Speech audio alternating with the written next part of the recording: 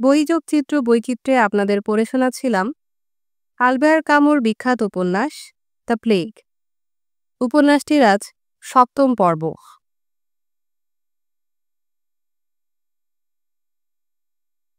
Father প্যানালুর এই ধর্মোপদেশে কোনো প্রভাব সত্যি আমাদের শহরের অধিবাসীদের ওপর পড়েছিল কিনা তা বলা শক্ত।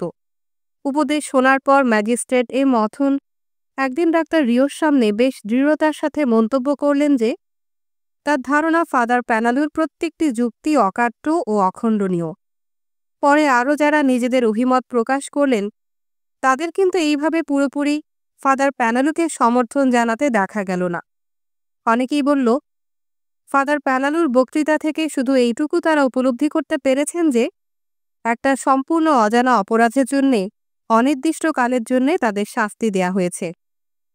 এবং একদিকে যেমন বেশ কিছু সংখ্যক লোক নিজেদের এই কারারুদ্ধ অবস্থার সঙ্গে খাপ খাইয়ে নিয়ে আগের মতোই সাধারণ জীবনযাপন করে যেতে লাগল, তেমনি আবার এমন অনেকেই ছিল যারা এই অবস্থার বিরুদ্ধে যেন বিদ্রোহ করে উঠল। এবং তখন থেকে তাদের একমাত্র চিন্তা হয়ে দাঁড়ালো কিভাবে নিজেদের এই আটক অবস্থা থেকে মুক্ত করবে। বাইরের পৃথিবী থেকে সম্পূর্ণ বিচ্ছিন্ন হয়ে যাওয়ায় এই অবস্থাকে প্রথম প্রথম অনেকেই মোটামুটি সহজেই গ্রহণ করেছিল। নিজেদের ছোটখাটো অভ্যাসকে বজায় রাখার পথে বাধা সৃষ্টি করছে এমন সাময়িক অসুবিধাকে মানুষ যেমন মেনে নেয়, তাদের কাছে এও ছিল অনেকটা তেমনই। কিন্তু আকস্মিক এখন যেন তারা আবার অনুভব করল যে দিগন্ত বিস্তৃত নীল আকাশের গম্বুজের নিচে তারা সবাই যেন এক ধরনের কয়েদি। ইতিমধ্যেই গ্রীষ্মের যে প্রখর উত্তাপ শুরু হয়েছিল তারই ভিতর এখন নিয়ত সিদ্ধ হতে হচ্ছিল তাদের। হঠাৎ আবার তাদের ভেতর একটা চেতনা জাগল যে ঘটনাগুলো যে পথে এগুচ্ছে তাতে তাদের জীবন এখন সম্পূর্ণ বিপন্ন, এবং তারা যে সাধারণ কয়েদি জীবনযাপন করতে বাধ্য হয়েছিল এই অনুভূতিটা অনুক্ষণ তাদের মনের ভেতর জাগরুক থাকায় সন্ধ্যার ঠান্ডা বাতাসে আবার যখন তারা নিজেদের অবসন্ন দেহেই শক্তি সামর্থ্য ফিরে পেত, তখনও অনেক কাজ করে বসত যেগুলো শুধুমাত্র নির্বোধের পক্ষেই সম্ভব। এখানে একটা জিনিস লক্ষ্য করার মতো, সেটা অবশ্য ঘটনা দুটো একই সঙ্গে ঘটার জন্যে হতে পারে, আবার নাও হতে পারে। যে রবিবারে ফাদার প্যানালু তার ধর্মোপদেশ শোনালেন ঠিক সেদিন থেকেই যেন শহরে সর্বত্র একটা বড় রকমের আতঙ্ক ছড়িয়ে পড়ল, এবং এমনই গভীর প্রভাব পড়ল সবার মনের ওপর যে অনেকেই এমনও সন্দেহ প্রকাশ করতে থাকল যে তারা যে সত্যি কী ধরনের অবস্থার মধ্যে বাস করছিল এতদিন পরে এই প্রথম বোধহয় এ শহরের অধিবাসীরা উপলব্ধি করতে শুরু করেছে। এই দৃষ্টিকোণ থেকে বিচার করলে মনে হয় শহরের আবহাওয়ায় এ সময় কিছুটা পরিবর্তন এসেছিল, কিন্তু পরিবর্তনটা আসলে ঘটেছিল বাইরের আবহাওয়ায়, না শহরবাসীর অন্তরে। সেটাও বাস্তবে একটা ভাববার বিষয়। ফাদার প্যানালুর বক্তৃতা করার কিছুদিন পরে ডাক্তার রিও একদিন শহরের বাইরের একজন রোগী দেখতে যাচ্ছিলেন। গ্রাদও ছিলেন তার সঙ্গে। দুজনে পথ চলতে চলতে এইসব পরিবর্তনের কথা আলাপ করছিলেন। এমন সময় ডাক্তার আকস্মিক অন্ধকারের ভেতর একজন লোকের ওপর হুমড়ি খেয়ে পড়লেন। লোকটা ফুটপাতের মাঝখানে দাঁড়িয়ে একবার ডান দিক আর একবার মা দিকে ঝুঁকে পড়ছিল, কিন্তু সামনের দিকে যে এগুবে এমন কোনো লক্ষণই দেখা গেল না। যে মুহূর্তে এই ব্যাপারটা ঘটল ঠিক সেই একই সঙ্গে রাস্তার আলোগুলো হঠাৎ জ্বলে উঠল। এখন যতই দিন যাচ্ছিল ততই রাস্তার আলো জ্বালা হতো সাধারণত অধিকতর বিলম্বে, এবং ডাক্তার রিও আর গ্রাদ যেখানে দাঁড়িয়েছিলেন তার ঠিক পেছনের একটি লাইট পোস্টের সম্পূর্ণ আলো গিয়ে পড়ল সামনের লোকটার মুখের ওপর। তার চোখজোড়া সম্পূর্ণ বন্ধ, মুখ বুজে নিঃশব্দে হাসছিল। মুখের চেহারাটাও যেন কেমন বিকৃত, দুপাশ দিয়ে দরদর করে ঘাম গড়িয়ে পড়ছিল।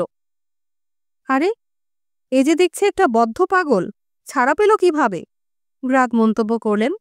ডাক্তার গ্রাদের একখানা বাহু চেপে ধরলেন এবং তাকে ঠেলে সামনের দিকে এগিয়ে নিয়ে যাবেন এমন সময় লক্ষ্য করলেন গ্রাদের সমস্ত শরীর থরথর করে কাঁপছে। চারদিকে যেসব জিনিস ঘটতে দেখছি তাতে মনে হয়, ডাক্তার মন্তব্য করলেন, আরও যদি কিছুদিন এমনিভাবে চলে তাহলে শিগগির দেখব সারা শহরটা একটা পাগলা গারদে পরিণত হয়েছে। ডাক্তার রিও নিজের দেহও যেন সেই মুহূর্তে ক্লান্তিতে ভেঙে পড়ছিল। গলার ভেতরটাও কেমন যেন শুকিয়ে আসছিল। রাত বললেন, চলুন দেখি কোথাও কিছু একটু খেয়ে নেই। কাছেই ছোট একটা কাফের ভেতর গিয়ে ঢুকলেন তারা দুজনে।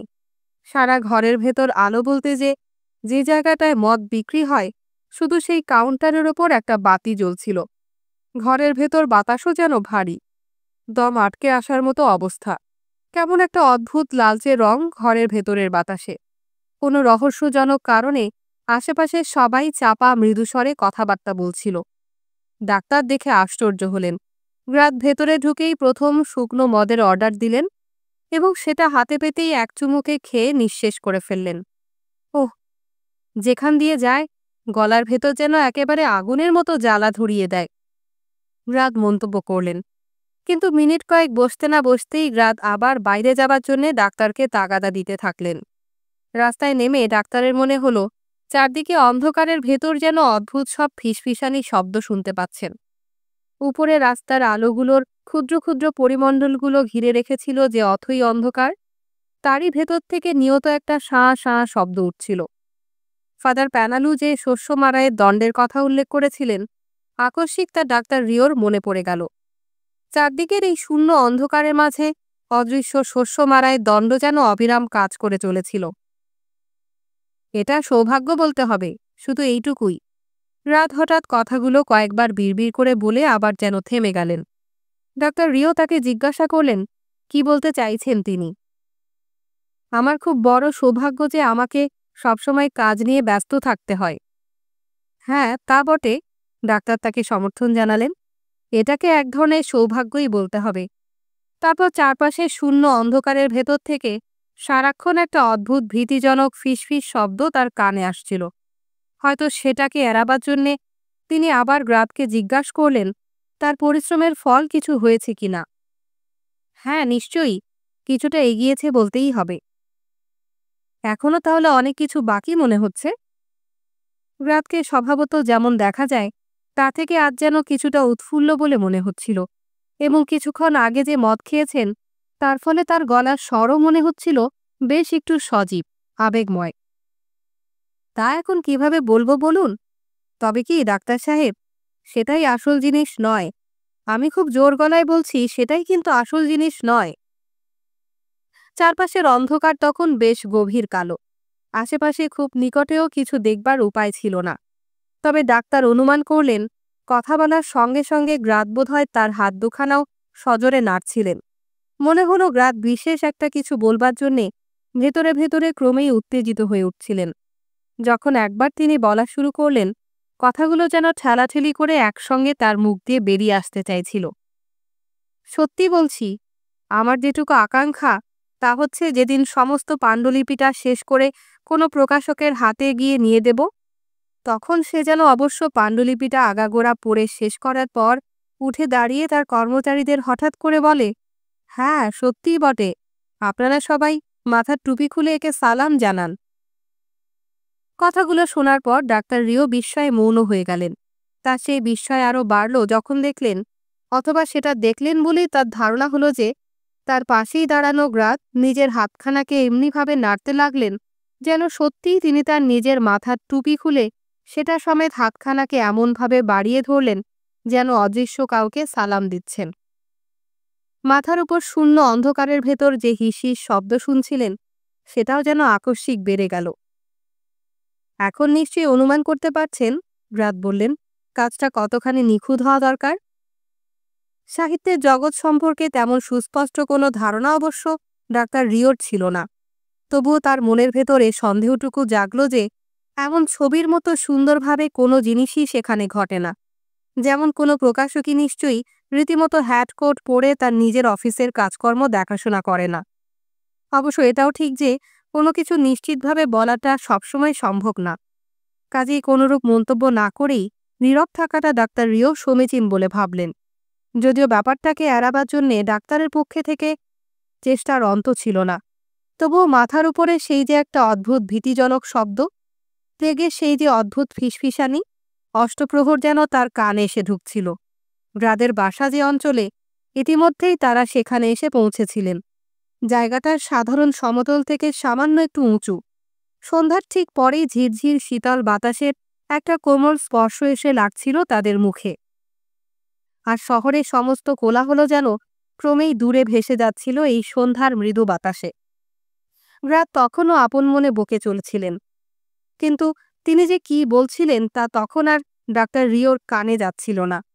তবুও অনুমানে মোটামুটি যেটুকু তিনি ধরতে পারলেন তা হচ্ছে এই যে গ্রাত তার যে সাহিত্যকর্ম নিয়ে ব্যস্ত ছিলেন তা সম্পূর্ণ করতে গেলে এখনও প্রচুর লিখতে হবে তাকে, আর কাজটা যাতে নিখুঁত ও ত্রুটিশূন্য হয় তার জন্য অবিরাম প্রাণান্তকর পরিশ্রমেরও প্রয়োজন। শুধু একটা সঠিক শব্দ খুঁজে পাওয়ার জন্যে গোটা একটা সন্ধ্যা, কোনো কোনো সময় হয়তো গোটা একটা সপ্তাহই কেটে যায়। তাহলে একবার ভাবুন ব্যাপারটা।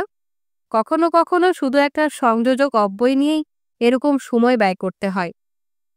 রাত আকস্মিক থমকে দাঁড়ালেন। ডাক্তার রিওর কোটের পেছন ধরে টানছিলেন সামান্য। তারপর তার প্রায় দন্তহীন মুখের ভেতর থেকে এই কথাগুলো অনর্গল বেরিয়ে আসতে লাগল। আমার ধারণা আপনিও সামান্য চেষ্টা করলে ধরতে পারবেন ব্যাপারটা। যেমন ধরুন কিন্তু এবং এর মধ্যে কোনটা আপনি নেবেন সেটা স্থির করাটা সত্যি তেমন কিছু কঠিন নয়। আবার এবং আর তারপর এ দুটোর মধ্যে বেছে নেওয়াটা তার চেয়ে কিছুটা শক্ত। কিন্তু কোনো এক জায়গায় একটা এবং ব্যবহার করবেন না সম্পূর্ণ ছেড়ে দেবেন সেটা স্থির করাটা নিশ্চিত জানবেন অসম্ভব রকমের শক্ত কাজ। আচ্ছা, এতক্ষণে বুঝলাম আপনার বক্তব্য, ডাক্তার রিও বললেন। ডাক্তার রিও তাকে পেছনে ফেলে সামনের দিকে কয়েক পা এগিয়ে যেতে গ্রাত কেমন একটু লজ্জিত বোধ করলেন। তাড়াতাড়ি পা বাড়িয়ে সামনে গিয়ে ডাক্তারকে ধরে ফেললেন। মাফ করবেন, কিছু মনে করবেন না যেন, গ্রাত বললেন। বুঝছি না হঠাৎ আজ সন্ধ্যায় কেন আমাকে এই পাগলামিতে পেয়ে বসেছে। ডাক্তার রিও যেন তাকে উৎসাহ দিচ্ছেন এমনিভাবে গ্রাদের কাঁধটা একটু চাপড়ে দিলেন। বললেন, গ্রাদের সব কথাই তিনি অত্যন্ত আগ্রহ ও মনোযোগের সাথে শুনেছেন। তিনি সবসময় তাকে যে কোনো রকম সাহায্য করতে প্রস্তুত। গ্রাদ তাতে কিছুটা আশ্বস্ত বোধ করলেন। তার বাসার কাছাকাছি পৌঁছে কিছুটা ইতস্তত করার পর তিনি বললেন, ডাক্তার যদি অনুগ্রহ করে একটু তার বাসার ভেতরে যান তাহলে খুব খুশি হবেন তিনি। ডাক্তার সহজেই সম্মত হলেন। দুজনে গ্রাদের খাবার ঘরে গিয়ে ঢুকলেন। একটা টেবিলের পাশে গ্রাদ একখানা চেয়ার এগিয়ে দিলেন ডাক্তারকে বসার জন্যে। সারাটা টেবিলের ওপর ছড়ানো ছিল অসংখ্য কাগজের শীট। অত্যন্ত ক্ষুদ্র হস্তাক্ষরে কী সব লেখা তাতে, এবং সংশোধনের জন্যে কাটাকুটিও করা হয়েছে বহু জায়গায়। ঠিকই ধরেছেন, এগুলোই হচ্ছে আমার পাণ্ডুলিপি, ডাক্তারের জিজ্ঞাসু দৃষ্টির উত্তরে গ্রাদ বললেন। কিন্তু একটু কিছু না খেয়ে যাবেন? আমার কাছে কিছুটা মদ আছে, দেব? ডাক্তার রিও মাথা নাড়লেন। টেবিলের ওপর ছড়ানো কাগজগুলো তিনি ঝুঁকে পড়ে দেখছিলেন। না, ওগুলো বরং আপনার এখন না দেখাই ভালো, গ্রাদ ডাক্তারকে লক্ষ্য করে বললেন। এই দেখুন, এই বাক্যটা সবে শুরু করেছিলাম, কিন্তু কিছুতেই মনোপুত হচ্ছে না। এত যে কষ্ট দিচ্ছে তার আপনাকে কি বলবো। গ্রাদের নিজের দৃষ্টিও এখন টেবিলের ওপর ছড়ানো কাগজের ওপর নিবদ্ধ ছিল। আকস্মিক তার একখানা হাত যেন এক অদ্ভুত আকর্ষণে টেবিলের ওপরের এক শীট কাগজের দিকে এগিয়ে গেল। শেষ পর্যন্ত তিনি সেই কাগজের শীটটাকে টেবিলের ওপর থেকে তুলে নিয়ে শূন্যে একটা বৈদ্যুতিক বাতির সামনে ধরলেন।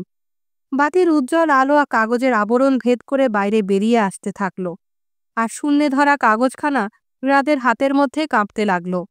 ডাক্তার লক্ষ্য করলেন গ্রাদের কপালে বিন্দু বিন্দু ঘাম জমতে শুরু করেছে।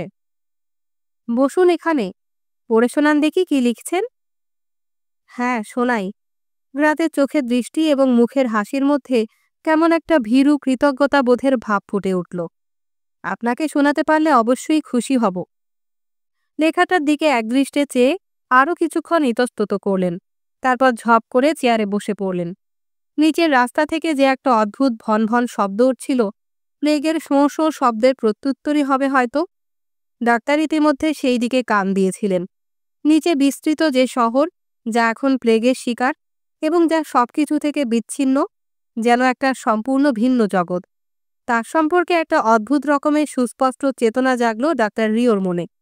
যেমন চেতনা জাগল সেখানে প্রতি মুহূর্তে যে লক্ষ লক্ষ যন্ত্রণাকাতর মানুষের করুণ আর্তনাদ চারদিকের গভীর অন্ধকারে চাপে পিষে প্রতি মুহূর্তে নিস্তব্ধ হয়ে যাচ্ছিল তার সম্পর্কে।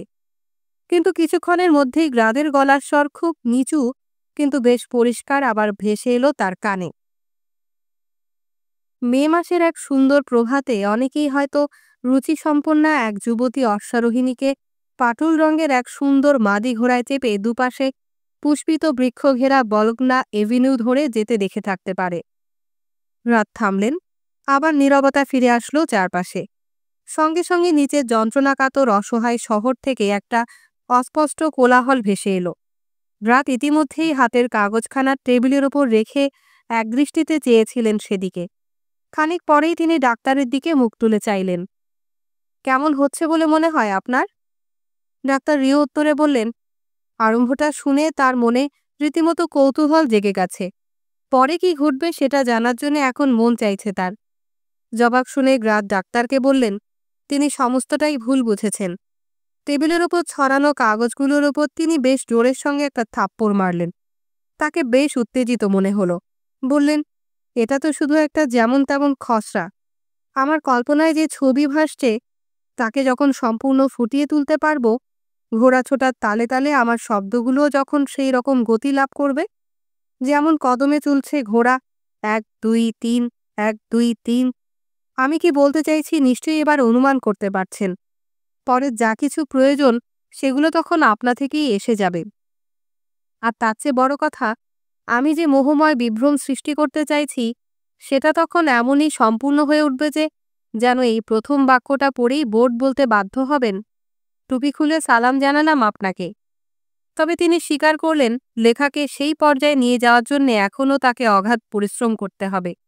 এখন বাক্যটার যে রূপ তিনি দিতে পেরেছেন, সেই অবস্থাতেই সেটাকে ছাপাবার জন্যে কোনো মুদ্রাকরের হাতে ছেড়ে দেবেন, সেটা স্বপ্নেও ভাবতে পারেননি। কারণ যদি বাক্যটার বর্তমান গঠন মাঝে মাঝে তার কাছে ভালোই লাগে, তবুও সেটা যে এখনও সব দিক থেকে সুন্দর নয় সে সম্পর্কে তিনি সচেতন। এবং সেই সঙ্গে এ সম্পর্কেও সচেতন যে বাক্যটার প্রকাশভঙ্গির মধ্যে এমন একটা সহজ সাবলীল ভাব রয়ে গেছে, যার ফলে যদিও ঠিক অতটা সুস্পষ্ট নয়, তবুও চেনা যায় যে অতি সাধারণ লেখা বলতে যা বোঝায় এও তারই কাছাকাছি। যখন হঠাৎ তাদের কানে এলো যে জানালার ঠিক নিচে বাইরের রাস্তার ওপর লোকজন দৌড়াদৌড়ি করছে, ঠিক সেই মুহূর্তে গ্রাদ ডাক্তারকে মোটামুটি এই ধরনের একটা কিছু বলছিলেন। ডাক্তার বাইরে যাবার জন্যে তাড়াতাড়ি উঠে দাঁড়ালেন। আচ্ছা দেখবেন শেষ পর্যন্ত কি দাঁড় করাতে পারি এ থেকে, গ্রাদ আবার বললেন এবং এক ঝলক জানালার দিকে চেয়ে নিয়ে আবার যোগ করলেন, অবশ্যই এগুলো শান্ত হবার পর। তারপর আবার নিচে রাস্তায় দ্রুত পায়ে শব্দ শোনা গেল। ডাক্তার রিও ইতিমধ্যে সিঁড়ি বেয়ে পথে নেমে গিয়েছিলেন। তিনি রাস্তার উপর গিয়ে দাঁড়াতেই দুজন লোক যেন হঠাৎ এসে তার গায়ে ধাক্কা দিয়ে সামনের দিকে বেরিয়ে গেল। মনে হলো যেন শহরের কোনো না কোনো গেটের দিকেই ছুটছে তারা।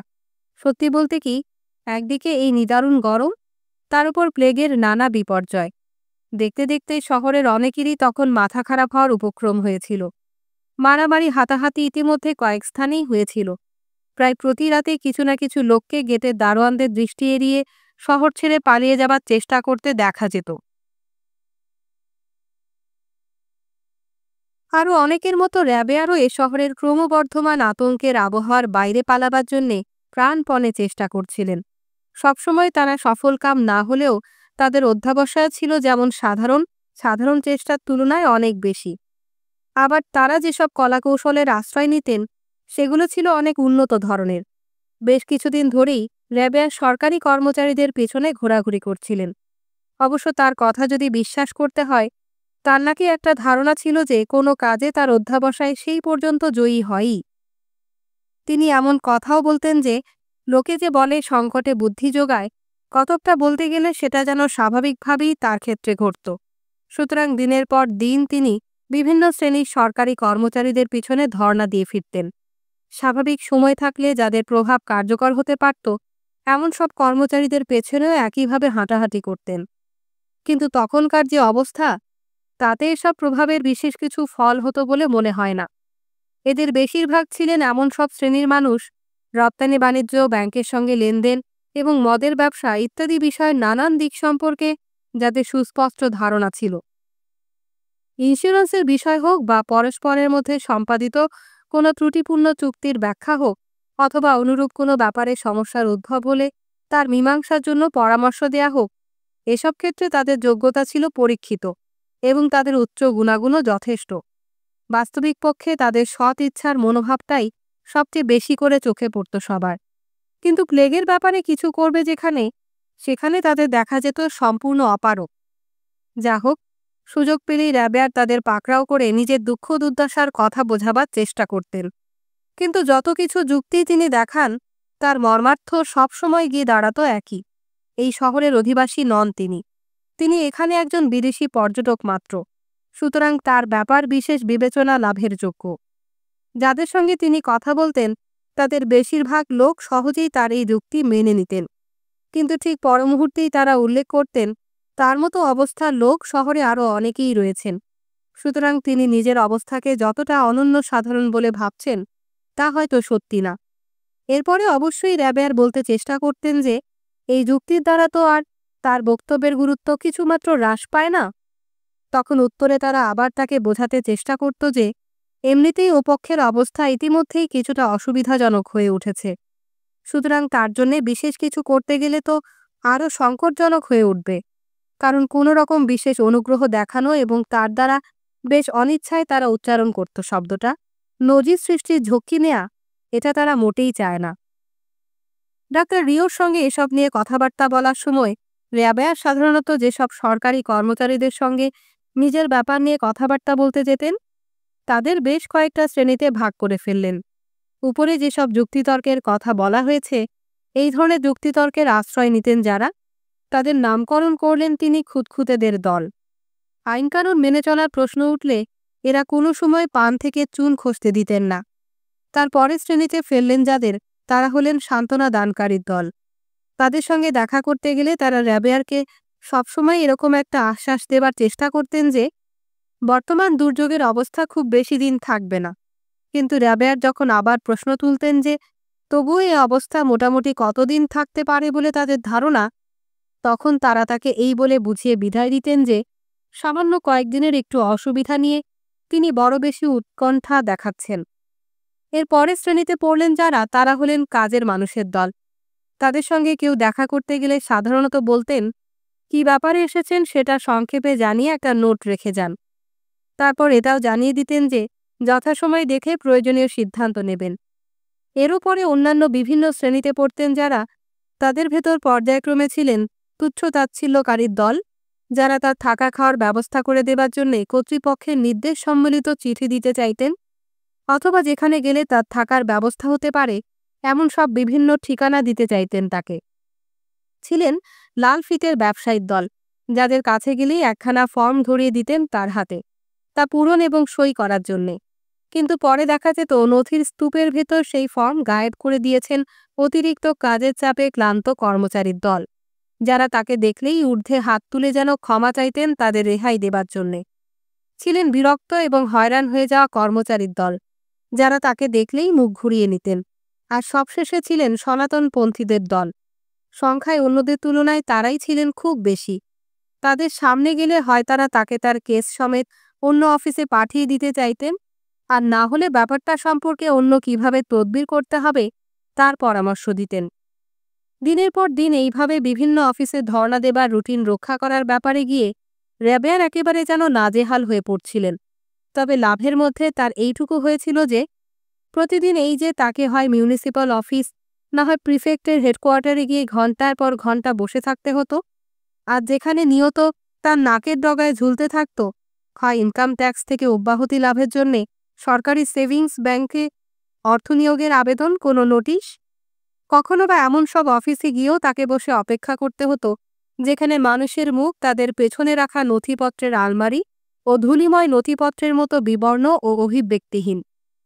মিউনিসিপ্যাল অফিস বা প্রিফেক্টের অফিসের কাজকর্ম সে সত্যি কিভাবে চলে সে ব্যাপারে র্যাবেয়ারের এক ধরনের অন্তর্দৃষ্টি হয়েছিল। র্যাবেয়ার একদিন বেশ কিছুটা তিক্ততার সঙ্গেই ডাক্তার রিওর সামনে মন্তব্য করলেন, প্রতিদিন এই যে এত পরিশ্রম তিনি করেন তার ফলে শুধু একটাই লাভ হয় তার, অন্তত সাময়িকভাবে হলেও এই সংকটের চিন্তা থেকে মনকে দূরে রাখতে পারেন। বাস্তবিকই প্লেগের প্রকোপ দিনের পর দিন বেড়ে চলেছিল, সেটা যেন কিছুটা র্যাবেয়ারের অগোচরেই রয়ে গিয়েছিল। আর প্রতিদিন এইভাবে ঘোরাঘুরির ফলে র্যাবেয়ারের দিনগুলো কেটে যেত। তাছাড়া সমস্ত শহরে তখনকার যে অবস্থা, তাতে যে কোনো ব্যক্তির পক্ষে একটা দিন পার করে দেওয়ার অর্থ ছিল, অবশ্য তারপরেও টিকে যেতে পারলে এই অগ্নি পরীক্ষার হাত থেকে নিষ্কৃতি লাভের সেই বিশেষ ঘণ্টার দিকে 24 ঘণ্টা কাল এগিয়ে যাওয়া। ডাক্তার রিওর অবশ্য র্যাবেয়ারের এইসব যুক্তিতর্ক মেনে নেওয়া ছাড়া গত্যন্তর ছিল না।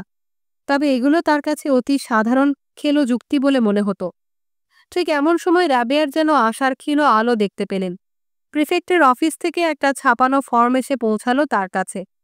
ফর্মের শূন্য ঘরগুলোকে সতর্কতার সঙ্গে পূর্ণ করে দিতে হবে তাকে। তবে তার নিজের পরিচয়, তার পরিবার এবং তার আয়ের বর্তমান এবং অতীত উৎস ইত্যাদি সম্পর্কে বিভিন্ন প্রশ্নের জবাব দিতে হবে। অর্থাৎ তার নিজের সম্পর্কে বেশ কিছু গুরুত্বপূর্ণ জবাব দেয়া প্রয়োজন। এ থেকে র্যাবেয়ারের ধারণা হলো, যাদের শহর ত্যাগ করে অবিলম্বে নিজের নিজের দেশে প্রত্যাবর্তনের নির্দেশ দেয়া হবে, সম্ভবত তাদের সম্পর্কে জিজ্ঞাসাবাদ করে তাদের তালিকা প্রস্তুতের কাজ ইতিমধ্যেই শুরু হয়ে গেছে। এরই ভেতর একদিন কোনো একটা অফিসের এক ক্ষুদে কর্মচারীর কাছ থেকে সামান্য কিছু কিছু খবর যা তিনি সংগ্রহ করতে পারলেন, তাতে তার ধারণা আরও দৃঢ় হলো। কিন্তু আরও কিছুটা অনুসন্ধানের পর যখন তিনি যে অফিস থেকে ফর্ম পাঠানো হয়েছিল সেই অফিস আবিষ্কার করলেন, তখন তাকে জানানো হলো যে বিশেষ কোনো জরুরি অবস্থার কথা চিন্তা করেই এসব সংবাদ সংগ্রহ করা হচ্ছে। কী ধরনের জরুরি অবস্থা? তিনি জিজ্ঞেস করলেন। তাকে জানানো হলো যে এই জরুরি অবস্থা প্লেগে আক্রান্ত হওয়া এবং মৃত্যু হওয়ার সম্ভাবনা থাকায় সেক্ষেত্রে রোগীর মৃত্যু সম্পর্কে তার পরিবারকে সংবাদ দেওয়ার ব্যাপার, এবং হাসপাতালে তার চিকিৎসার জন্য যেসব খরচ খরচা হবে সেগুলো মিউনিসিপ্যালিটি বহন করবে না, যথাসময়ে তার আত্মীয় স্বজনদের কাছ থেকে আদায় করা হবে, সে সম্পর্কে সিদ্ধান্ত নেওয়ার ব্যাপারে কর্তৃপক্ষের সাহায্য আসবে। বাইরে থেকে বিচার করলে র্যাবেয়ারের কাছে এর অর্থ দাঁড়ালো এই যে ভদ্রমহিলা তার ফেরার পথে অপেক্ষা করছিলেন তার সঙ্গে তার সম্পর্ক সম্পূর্ণ ছিন্ন হয়নি, কারণ এটুকু সুস্পষ্ট যে কর্তৃপক্ষ তখন পর্যন্ত তাদের দুজনের প্রতি দৃষ্টি রাখছিলেন। কিন্তু শুধু এটুকু জেনে কি এমন সান্ত্বনাই বা তিনি পেতে পারতেন? তবে এর ভেতরে অবশ্য লক্ষ্য করবার মতো অন্য ব্যাপার ছিল, এবং সেটা উপলব্ধি করে র্যাবেয়ার নিজেও যথেষ্ট বিস্মৃত বোধ করলেন। এই কঠিন বিপর্যয়ের ভেতর সরকারি অফিসগুলো কেমন নির্বিকারভাবে তাদের কাজকর্ম চালিয়ে যাচ্ছিল, এমনকি যেসব কাজের সঙ্গে বর্তমান জরুরি পরিস্থিতির কোনো রকম সম্পর্ক পর্যন্ত ছিল না, এমন অনেক ব্যাপারেও ঊর্ধ্বতন কর্তৃপক্ষের অবগতি ছাড়াই কোনো কোনো ক্ষেত্রে এই অফিসগুলো নিজেদের দায়িত্বেই অনেক কাজের সূচনা করে দিত, শুধু এই কারণে যে কোনো একসময় এই ধরনের কাজের জন্য এইসব সংস্থা গড়ে উঠেছিল। এরপর থেকে যে অবস্থার সূত্রপাত হলো তা একদিক থেকে যেমন সবচেয়ে সহজ, আবার সবচেয়ে কঠোর বলে মনে হলো র্যাবেয়ারের কাছে। এখন থেকে সারাটা দিন শুধু অফিসে কাটিয়ে দেওয়া ছাড়া তার করার কিছুই রইল না। বিভিন্ন সরকারি অফিসে যেখানে যেখানে যাবার কথা ইতিমধ্যে সবাই ঘোরা শেষ করে ফেলেছিল। যেখানে যা যা ব্যবস্থা নেওয়ার প্রয়োজন তাও তখন তার সম্পূর্ণ সারা, এবং তখন তিনি এটাও উপলব্ধি করে ফেলেছেন যে এসব দিয়ে আপাতত আর তার কিছু হওয়ার সম্ভাবনা নেই। সুতরাং তখন তার কাজ দাঁড়িয়েছিল সারা দিনভর এক কাফে থেকে আরেক কাফেতে ঢু মেরে বেড়ানো। সকালবেলাগুলোয় সাধারণত তিনি কোনো একটা কাজে বাইরের চত্বরে বসে দৈনন্দিন সংবাদপত্রের পাতা উল্টে যেতেন। মনে মনে আশা থাকত যে দুর্বিপাক ক্রমেই উপশমের দিকে যাচ্ছে, এমন কোনো ইঙ্গিত হয়তো খুঁজে পাবেন সেখানে। আবার কখনো হয়তো বা দীর্ঘ সময় ধরে পথচারীদের মুখ নিরীক্ষণ করতে থাকতেন, কিন্তু একটানা একই বিষণ্ণ চেহারা দেখতে দেখতে অনেক সময় মুখ ঘুরিয়ে নিতেন। সকাল থেকে খুব কম হলেও রাস্তার অপর পারের বিভিন্ন দোকানের সামনে সাইনবোর্ড এবং তারই সঙ্গে যেসব জনপ্রিয় পানীয় এখন আর সংগ্রহ করার সম্ভাবনা নেই, দোকানের সামনে তাদের বিজ্ঞপ্তিগুলো পড়ে শেষ করবার পর তিনি হঠাৎ সেখান থেকে উঠে দুপুরে রোদে শূন্য রাস্তায় রাস্তায় একাকী পায়চারি করে বেড়াতেন। এরকম উদ্দেশ্যহীনভাবে শহরের নির্জন রাস্তায় রাস্তায় ঘোরা আর মাঝে মাঝে কোনো কাফে বা রেস্তোরাঁয় গিয়ে ঢু দেয়া, এই করে তিনি সন্ধে অবধি সময় কাটিয়ে দিতেন।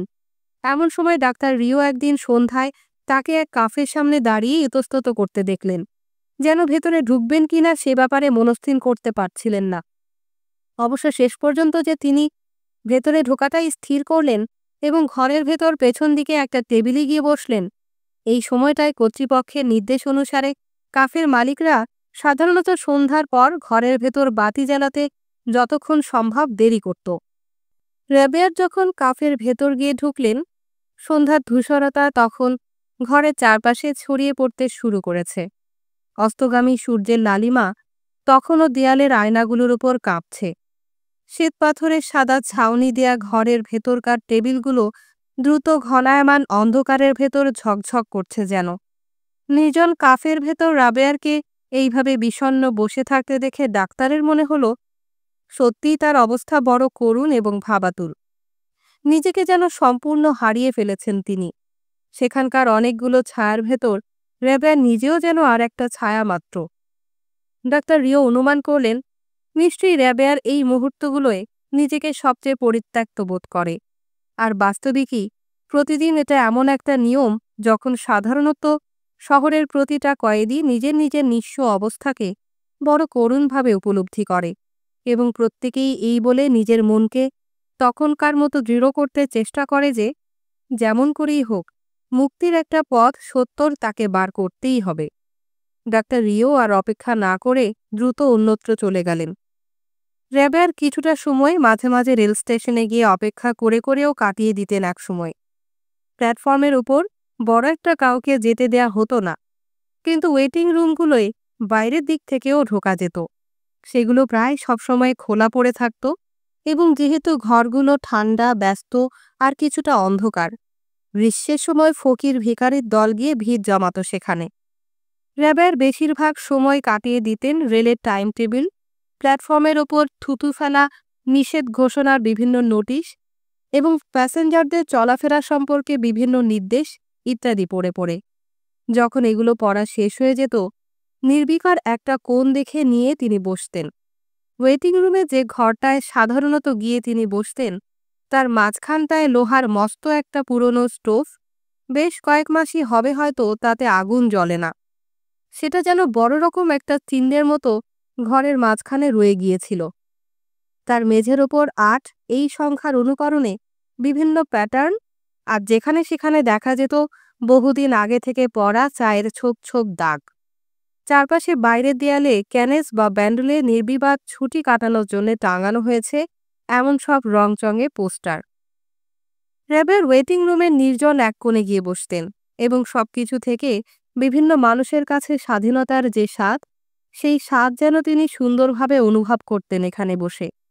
সেই মুহূর্তে যেসব স্মৃতি তার বেদনাদায়ক বলে মনে হতো, অন্তত ডাক্তার রিওর কাছে এসব সম্পর্কে পরে যেগুলি বলেছিলেন তা হচ্ছে প্যারিসের জীবনের পুরনো স্মৃতি।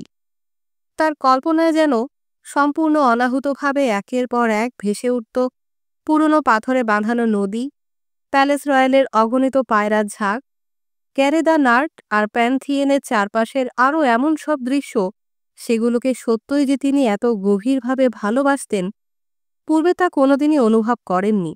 বা যখন মনের ভেতর এইসব স্মৃতি জেগে উঠত তখন অন্য কিছু করার স্পৃহা যেন সম্পূর্ণ তার মন থেকে উবে যেত।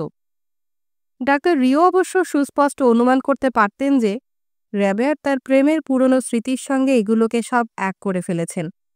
পরে যখন আবার রাবেয়ার ডাক্তারকে বললেন যে সাধারণত ভোর 4টার দিকে জেগে গিয়ে বিছানায় শুয়ে শুয়ে প্যারিসের পুরনো স্মৃতি নিয়ে মনের ভেতর নাড়াচাড়া করতে তার সবচেয়ে ভালো লাগে, ডাক্তার তার ব্যক্তিগত জীবনের অভিজ্ঞতা থেকে সহজেই অনুমান করতে পারলেন এর অর্থ হচ্ছে প্রত্যুষের এই সময়টায় বিশেষ করে রাবেয়ার তার প্যারিসে ফেলে আসা প্রেমিকার স্মৃতি রোমন্থন করতে ভালোবাসেন। প্রকৃতপক্ষে এটাও ঠিক যে শুধুমাত্র এই সময়টায় রাবেয়ার তার প্রেমিকাকে একান্তভাবে তার আপনার বলে ভাবতে পারতেন। ভোর 4টা অবধি জেগে থেকে কেউ যে কিছু করবে সে সম্ভাবনা সাধারণত খুব অল্প, আর ঠিক তার আগে তার প্রেমিকা যদি তার প্রতি কোনো রকম বিশ্বাসঘাতকতা করে থাকে তো অন্তত সেই মুহূর্তে তার নিদ্রিত থাকাটাই স্বাভাবিক। হ্যাঁ, এটা একান্তই সত্য যে এই সময়টায় সবাই সাধারণত নিদ্রামগ্ন থাকে, আর এটা আমাদের সবার কাছেই মস্ত একটা সান্ত্বনার ব্যাপার। কারণ প্রেমাতুর প্রত্যেকটা হৃদয়ের সবচেয়ে বড় আকাঙ্ক্ষা হচ্ছে নিজের ভালোবাসার জনকে অনুক্ষণ এবং সচেতনভাবে আপন করে পাওয়া। আর তা যদি কোনো কারণে সম্ভব না হয়, সাময়িক বিচ্ছেদ যদি অবশ্যম্ভাবী হয়েই ওঠে, তাহলে তাকে এমন এক স্বপ্নের মধ্যে নিমজ্জিত বলে কল্পনা করতে থাকা যে পুনরায় মিলনের মুহূর্ত না আসা পর্যন্ত সে সম্পর্ক ভাঙার কোনো সম্ভাবনা নেই। ফাদার প্যানালুর ধর্মীয় বক্তৃতার অল্প কিছুদিন পর থেকে শহরে উৎকট রকমের গরম পড়া শুরু হলো। রবিবার দিন সেই যে মুষলধারে বৃষ্টি হয়েছিল তার পরের দিন সূর্য যেন বাড়িঘরের মাথার ওপর নেমে এসে সর্বক্ষণ আগুন ছড়াতে লাগল। তারপর প্রথমে একদিন সারাক্ষণ যেন লু হাওয়া বইতে থাকল। চারপাশের দেয়ালগুলো পর্যন্ত যেন শুকিয়ে হাড় চামড়া সার হয়ে উঠল। এরপরই সূর্য যেন এগিয়ে এসে নিজের হাতে সমস্ত দায়িত্ব তুলে নিল। উত্তাপ আর প্রখর আলোর অবিরাম স্রোত বয়ে যেতে থাকলো যেন সারা দিন শহরের ওপর দিয়ে। উপরে থাকা অলিন্দ আর বাড়িঘরের অভ্যন্তর ছাড়া সবকিছুই এই জ্বলন্ত রোদে দগ্ধ হতে থাকলো যেন। সূর্য যেন এই শহরের অধিবাসীদের প্রতিটি অলিগলি, প্রতিটা নিভৃত স্থানেও অনুসরণ করে ফিরতে লাগল। যেখানেই পেত সেখানে গিয়েই আঘাত করত তাদের। গ্রীষ্মের এই প্রখর আক্রমণের সঙ্গে সঙ্গে প্লেগের মৃত্যুর সংঘাতও আশ্চর্যজনকভাবে বেড়ে যাওয়ায় প্রথম সপ্তাহে মৃত্যুর হার দাঁড়িয়েছিল প্রায় ৭০০-র কাছাকাছি। সারা শহরে কেমন যেন একটা গভীর অবসাদ এবং অনুৎসাহের ভাব লক্ষ্য করা গেল। শহরতলিতে দীর্ঘ রাস্তা আর সিঁড়িতে প্রাণের চিহ্নটুকু পর্যন্ত ছিল না কোথাও। সাধারণত এসব অঞ্চলের লোকেরা দিনের বেশিরভাগ সময় কাটাত বাড়ির দরজার সামনে গল্পগুজব এবং হইচই করে। কিন্তু এখন প্রত্যেকটি দরজাই দেখা যেত বন্ধ, লোকজন নেই কোথাও। এমনকি প্রত্যেকটা বাড়ির জানালাগুলোর পর্দা পর্যন্ত দেখা যেত নামানো। অবশ্য বাইরের প্রখর উত্তাপ না প্লেগের আক্রমণ ঠেকাবার জন্য এমন করা হতো সেটা বলা শক্ত। মাঝে মাঝে কোনো কোনো বাড়ি থেকে আকস্মিক কান্নার আর্তনাদ শোনা যেত। প্রথম প্রথম যখন এরকম কিছু ঘটত তখন সহৃদয়তার জন্যেই হোক অথবা ঔৎসুক্যের বশেই হোক বাড়ির বাইরে রীতিমতো লোকজনের ভিড় জমে উঠত। সবাই জানবার চেষ্টা করত কি ঘটল। কিন্তু দীর্ঘদিন ধরে এই বিপর্যয়ের মধ্যে বাস করবার ফলে সবার অন্তর বোধহয় কঠিন হয়ে উঠেছিল। মানুষ ঠিক তার পাশেই এই ধরনের দৃশ্য দেখলেও এখন আর কিছুমাত্র বিচলিত বোধ করত না, সহজভাবে পাশ কাটিয়ে যেত। এইসব করুণ আর্তনাদ এখন মানুষের কাছে সাধারণত কথাবার্তার মতো হয়ে দাঁড়িয়েছিল। শহরের বাইরে যাবার গেটের সামনে প্রতিদিন যে মারামারি হতো, যা ঠেকাবার জন্যে পুলিশকে অনেক সময় রিভলভার পর্যন্ত ব্যবহার করতে হতো, তার ফলে শহরে সবখানেই কেমন যেন একটা উচ্ছৃঙ্খলতার ভাব বিরাজ করত। গেটের সামনে এইভাবে নিয়মিত সংঘর্ষের ফলে অবশ্যই কেউ না কেউ আহত হতো। কিন্তু তখনকার সেই প্রচণ্ড উত্তাপ এবং ত্রাসের দরুন সবকিছুকেই অতিরঞ্জিত করা হতো এবং গেটে কেউ আহত হলে সঙ্গে সঙ্গে তার মৃত্যু হয়েছে বলে চারদিকে গুজব ছড়িয়ে পড়ত। আরও একটা জিনিস তখন অত্যন্ত সুস্পষ্ট এবং নিশ্চিত বলে মনে হতো। চারিদিকে ক্রমেই অসন্তোষ বাড়ছিল এবং অবস্থার আরও অবনতি ঘটতে পারে আশঙ্কা করে স্থানীয় সরকারি কর্মচারীরা নিজেদের ভেতরে বিভিন্ন আলাপ আলোচনা শুরু করেছিল। অবস্থা যদি সত্যি এমন দাঁড়ায় যে মহামারীর আক্রমণে অতিষ্ঠ হয়ে শহরের লোকেরা উচ্ছৃঙ্খল হয়ে পড়ে, তাহলে সেই অবস্থায় কি কি ব্যবস্থা নেওয়া দরকার তা নিয়ে বিতর্ক শুরু হতো তাদের ভেতর। শহর ত্যাগের চেষ্টা করা যে সম্পূর্ণ নিষিদ্ধ, সেই একই নির্দেশের পুনরাবৃত্তি করে প্রতিদিন সংবাদপত্রে নতুন নতুন নিয়মকানুন ছাপা হতো। সে সঙ্গে সবাইকে সতর্ক করে দেয়া হতো যে এই নিয়ম যারা ভঙ্গ করবে শাস্তিস্বরূপ তাদের দীর্ঘদিন কারাবরণ করতে হবে। কিছুদিন ধরে শহরের এক ধরনের নতুন পাহারার ব্যবস্থা করা হয়েছিল। নুড়ি বিছানো শূন্য রাস্তার ওপর ঘোড়ার খুরের শব্দ বেজে উঠত, আর সঙ্গে সঙ্গে দেখা যেত দুপাশে বন্ধ সমান্তরাল ঘরবাড়ির ভেতর দিয়ে যে রাস্তা, সেই রাস্তা দিয়ে এগিয়ে চলেছে দলে দলে অশ্বারোহী পুলিশ। মাঝে মাঝে গোলাগুলিরও আওয়াজ শোনা যেত। যাতে রোগের সংক্রমণ ছড়াতে না পারে সেই জন্য শহরের সমস্ত কুকুর এবং বিড়ালকে মেরে ফেলার জন্যে সম্প্রতি যে একটা ব্রিগেডকে নিয়োগ করা হয়েছিল, গোলাগুলির আওয়াজ ছিল তাদের কর্মতৎপরতার ফল। শহরের সবাই এমনিতেই যখন স্নায়বিক উত্তেজনায় ভুগছিল, তার উপর এইসব গোলাগুলির শব্দ যখন চারদিকে শান্ত নীরবতাকে ভেঙে খান খান করে ছড়িয়ে পড়ত, তখন স্বভাবতই সবার মনের উত্তেজনা হঠাৎ বাড়ত। একদিকে যেমন ছিল গ্রীষ্মের প্রখর উত্তাপ আর চারপাশে থমথমে নীরবতা, অন্যদিকে সবার অন্তরে অন্তরে ছিল অনুক্ষণ একটি বিপদের আশঙ্কা। সুতরাং সেই অবস্থায় সামান্য যা কিছুই ঘটত না কেন, এমনকি কোথাও একটু শব্দ হলেও তার একটা অতিরঞ্জিত তৎপরতা দেখা যেত সবার চোখে। আকাশের নিয়ত পরিবর্তনশীল চেহারা, মাটির সোঁদা গন্ধ, যা থেকে অনুমান করা যেত যে ঋতু পরিবর্তনের সূত্রপাত শুরু হয়েছে, এসব তখন মানুষ খুঁটিয়ে লক্ষ্য করত। একটা ব্যাপার সবাই আতঙ্কের সঙ্গে উপলব্ধি করত, সবাই আশঙ্কা করত গরম পড়তে শুরু করলে মহামারীর প্রকোপ আরও নিশ্চয়ই বাড়বে। অথচ গ্রীষ্ম যে কাছে এসে গেছে, চারদিকে তারই সুস্পষ্ট ইঙ্গিত চোখে পড়ত। ছাদের ওপর সন্ধ্যার বাতাসের চামচিকেদের চিঁচিয়ে আওয়াজ তীক্ষ্ণতর হয়ে উঠতে শুরু করছিল।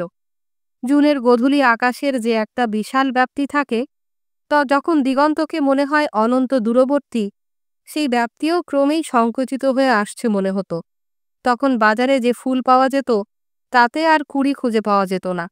তাই দেখা যেত সম্পূর্ণ ফোটা ফুল সকালের বাজার ভেঙে যাওয়ার পর শহরের ধুলামলিন রাস্তা জুড়ে ছড়িয়ে থাকত পদদলিত অসংখ্য ঝরে পড়া পাপড়ি।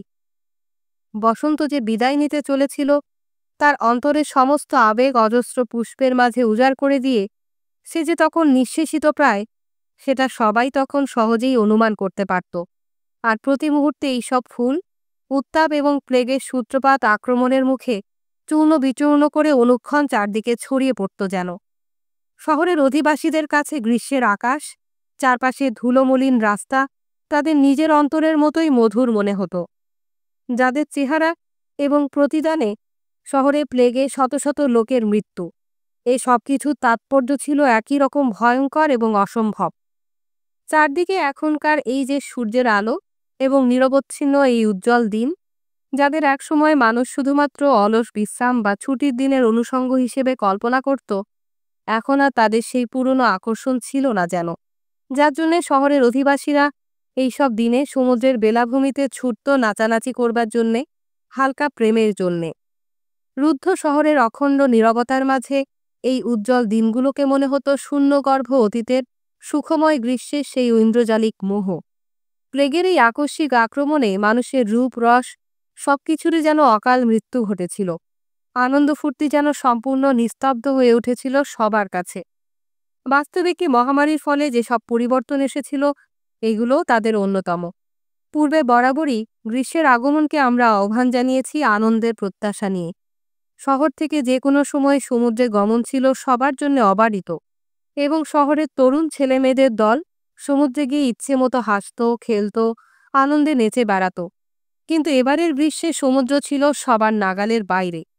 তরুণ ছেলেমেয়েদের দল যে ইচ্ছে মতো দৈহিক আমোদ প্রমোদের ভেতর নিজেদের ডুবিয়ে দেবে, সেই সুযোগ থেকে তারা হয়ে পড়েছিল সম্পূর্ণ বঞ্চিত।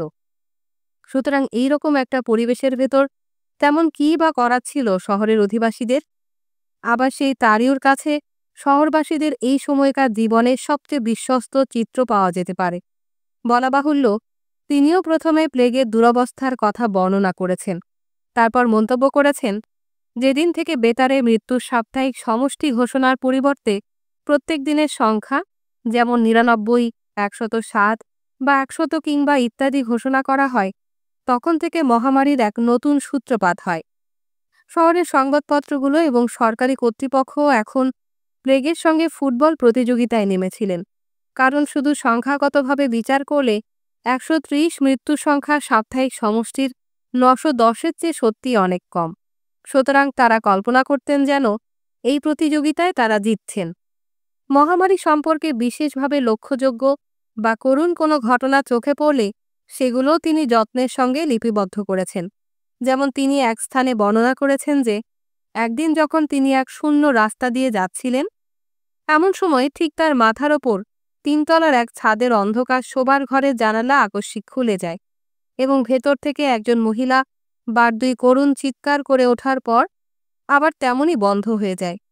ডাক্তার রিও তার ডায়েরিতে ব্যাপারটা লিপিবদ্ধ করেন যে, আকস্মিক শহরের সমস্ত দোকান থেকে পিপারমেন্ট লজেন্স উধাও হয়ে যায়। কারণ তখন সবার মনে একটা ধারণা ছিল যে এই লজেন্স মুখে রাখলে প্লেগের সংক্রমণ থেকে রক্ষা পাওয়া যায়।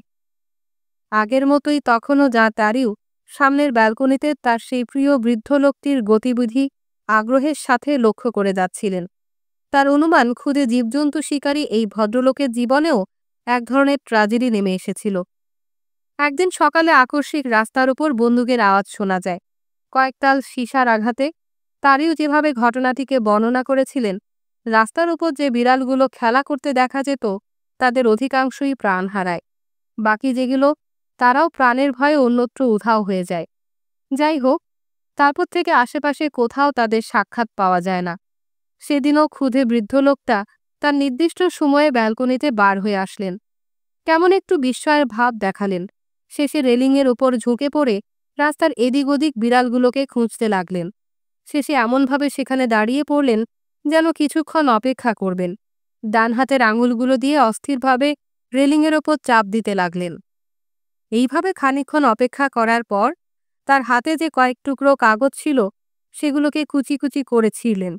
নিজের ঘরের দিকে ফিরে গেলেন একবার, তারপর আবার ফিরে আসলেন ব্যালকনিতে। এবার আরও দীর্ঘ কিছু সময় বাইরে অপেক্ষা করার পর ফের ঘরের দিকে গেলেন। ভেতরে ঢুকেই জানালাগুলো সমস্ত বন্ধ করে দিলেন। সপ্তাহের বাকি দিনগুলোতেও এই একই আচরণের পুনরাবৃত্তি করে চললেন।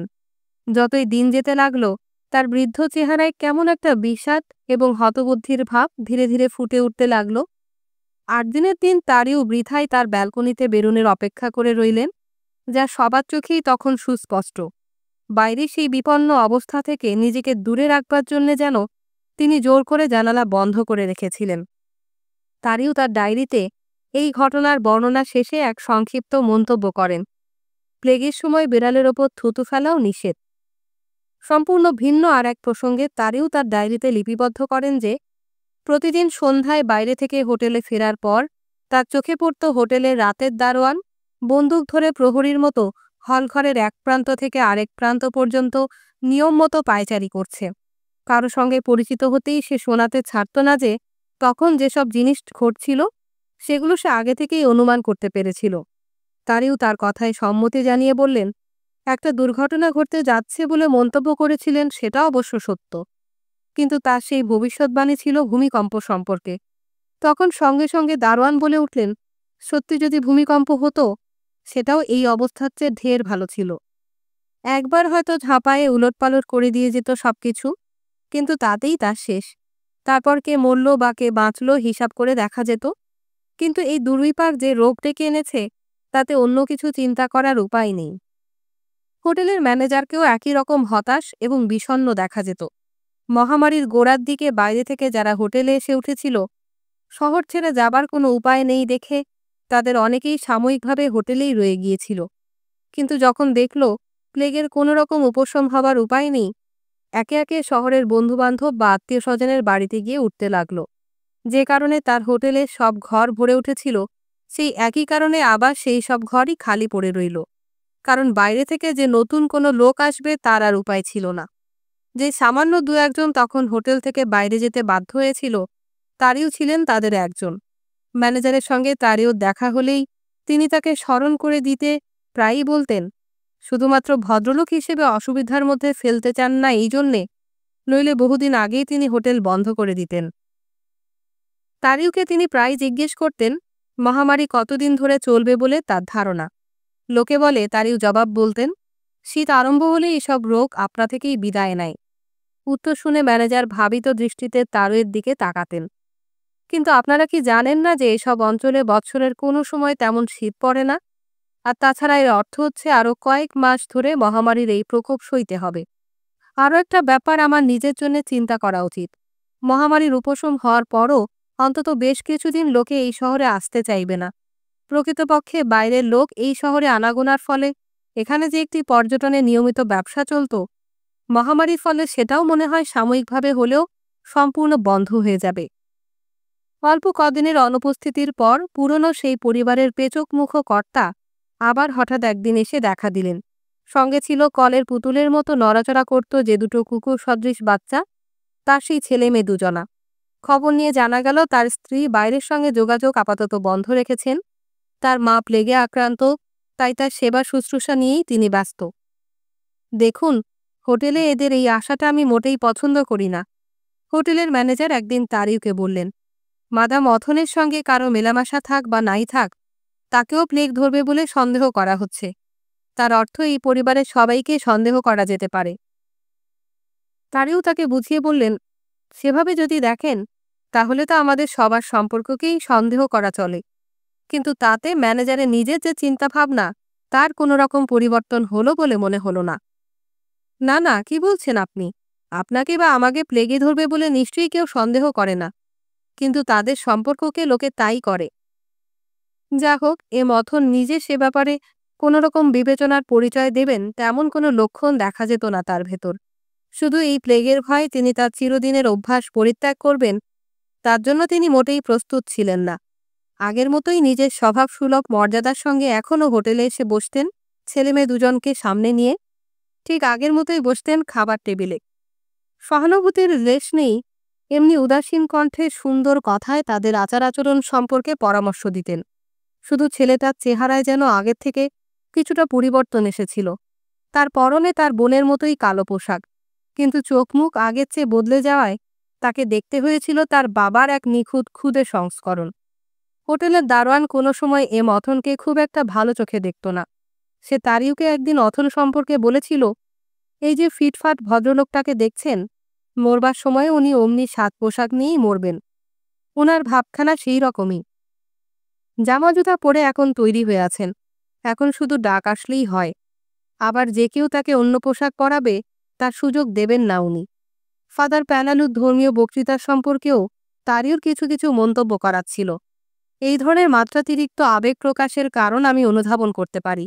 ব্যাপারটা মোটেই বিরক্তিকর বলে মনে হয় না আমার কাছে।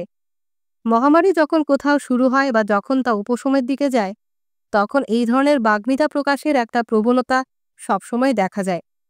মহামারীর শুরুতে এই প্রবণতার অর্থ হচ্ছে পুরনো অভ্যাসগুলো তখন যায়নি, কিন্তু শেষের দিকে আবার যখন এই প্রবণতা দেখা দেয়, অনুমান করতে হবে যে আগের পুরনো অভ্যাস সব ফিরে আসতে শুরু করছে। কারণ চরম বিপদের মধ্যে পড়লেই না মানুষ সত্যের মুখোমুখি হতে সাহস পায়, অর্থাৎ তখন সে মৌন হয়ে ওঠে। সুতরাং সবকিছুই নীরবে দেখে যাওয়া ছাড়া করার আর কিছু নেই আমাদের।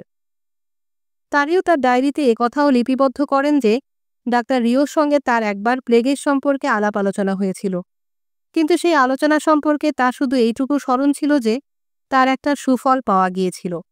এই প্রসঙ্গে বলতে গিয়ে তিনি মাদাম রিওর, ডাক্তার রিওর মায়ের চোখের বর্ণনা দিয়ে মন্তব্য করেন যে তার চোখের মনি তিনি লক্ষ্য করেছিলেন, স্বচ্ছ হলুদ, এবং তার সঙ্গে আরও একটি অদ্ভুত মন্তব্য যোগ করেন, যা চোখের দৃষ্টিতে এতখানি সহৃদয়তা প্রতিফলন করতে পারে, প্লেগ যে তার কাছে পরাভব মানবে সেটা সুনিশ্চিত।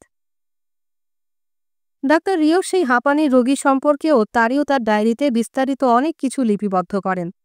ডাক্তার রিওর এবং তার মধ্যে যে আলাপ আলোচনা হয়, তার অল্প কিছুদিন পরই তারিও একদিন ডাক্তার রিওর সঙ্গে এই রোগীর বাসায় বেড়াতে যান। তারিউকে অভ্যর্থনা জানাবার সময় লোকটি চোখে মুখে তার চিরদিনের অভ্যাসগত ফুর্তিতে তার হাত দুখানা কচলাতে শুরু করেছিলেন। তারা দুজনে যখন তার ঘরে গিয়ে ঢোকেন, বৃদ্ধ তখন তার বিছানায় শুয়েছিলেন। বরাবর যেমন থাকে, তার সামনে মটরদানা ভর্তি দুটো পাত্র রাখা ছিল। এই যে আরও একজন এসেছেন দেখছি, তারিউকে দেখে সে মন্তব্য করেছিল। পৃথিবীতে সবকিছুই যেন উলটপালট হয়ে গেছে দেখছি। এখন রোগীর চাইতে ডাক্তারের সংখ্যাই দেখছি বেশি, কারণ রোগী যারা তারা তো এখন দিনের পর দিন মরছে, তাই নয় কি? ধর্মযাজক সেদিন ঠিকই বলেছেন, আমরা নিজেরাই তো এই অভিশাপ ডেকে এনেছি। পরের দিন কোনো রকম সংবাদ না দিয়েই তারিউ আবার গিয়ে দেখা করলেন এই হাঁপানি রোগীর বাসায়। তারিউ তার ডায়েরিতে এই লোকটার সম্পর্কে যেসব বিবরণ লিপিবদ্ধ করেন, তাতে দেখা যায় এই বৃদ্ধ শুষ্ক দ্রব্যের ব্যবসা করত। বয়স তখন তার 50। মনে মনে সিদ্ধান্ত নেয় যে একজন মানুষের জীবনে যতটুকু পরিশ্রম করা প্রয়োজন ইতিমধ্যেই তা সেরে ফেলেছে। তারপর সেই যে বিছানা নেয় তা আর সে ছাড়ে না। আর সে যে হাঁপানি রোগের জন্য এই অবসর জীবন শুরু করেছিল, মোটেই তা নয়। এই রোগ তার চলাফেরায় কোনো ব্যাঘাত সৃষ্টি করত না। সামান্য একটা বাধা আয় তার ছিল, তারই সাহায্যে এতদিন সে নিজের খরচপত্র চালিয়ে এসেছে।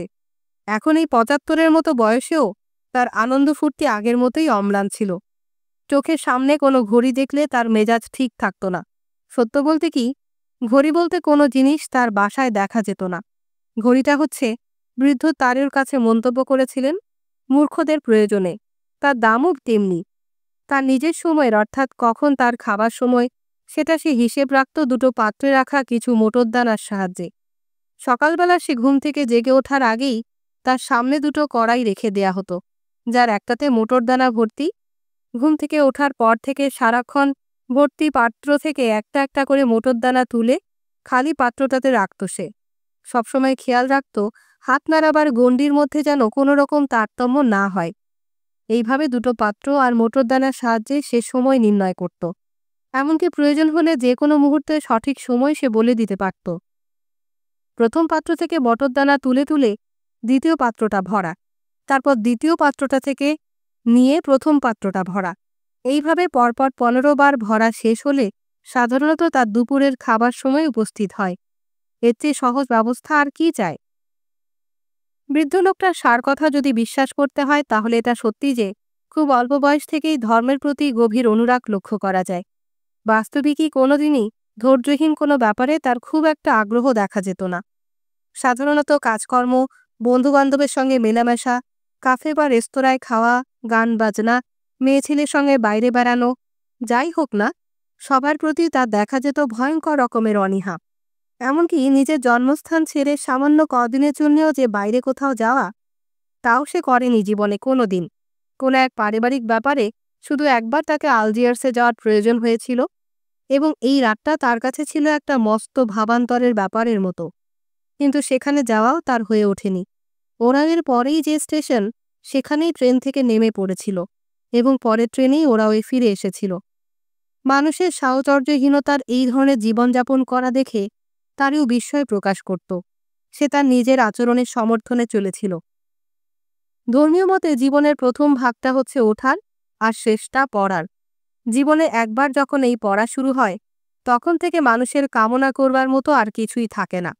কারণ জীবনের শেষের যে দিনগুলো, সেগুলো তো যে কোনো সময় টুক করে সরে যেতে পারে। এরকম আশ্চর্য আয়ু নিয়ে সবসময় কী বা এমন করতে পারে মানুষ? তার চেয়ে জীবনের এই সময়টা কিছু না করে কাটিয়ে দেয়াই ভালো। নিজের কথায় নিজেই সে প্রতিবাদ করছে। এ ব্যাপারেও তার যেন কোনো রকম দ্বিধাবোধ ছিল না। কারণ কিছু পরেই সে তারিউকে বলেছিল যে স্রষ্টা বলে কেউ নেই বোধহয়। তাই যদি কেউ থাকতো তাহলে ধর্মযাজকদের থাকার প্রয়োজন হতে না। পরে উপলব্ধি করলেন যে বৃদ্ধের এই বিশেষ জীবন দর্শনের মূলে ছিল এক ধরনের বিরক্তি। শহরের যে অঞ্চলে তার বাস, সেখানে বিভিন্ন ধর্মযাজকদের প্রতিষ্ঠানের তরফ থেকে সাহায্যের জন্য যে উৎপীড়ন করা হয়, তা থেকেই তার জন্ম। এই বিরক্তি বৃদ্ধ তারিউর কাছে তার নিজের একরাশ গোপন কামনার কথা প্রকাশ করে পরপর কয়েকবারই উল্লেখ করে, যা তার সেই চেহারাটায় পরিষ্কার ধরা পড়ে যায়। অন্তরে অন্তরে সে কামনা করত যেন খুব বেশি বয়সে তার মৃত্যু হয়। সত্যি কি ভদ্রলোক অতিমাত্রায় পুণ্যবান মানুষ? তারিউ নিজেকেই নিজে প্রশ্ন করে। তারপর আবার নিজেই জবাব দেয় সে প্রশ্নের। শুধুমাত্র কতগুলো অভ্যাসের সমষ্টিকে যদি পুণ্য কাজের লক্ষণ বলে মেনে নেওয়া যায়, তাহলে সে তাই।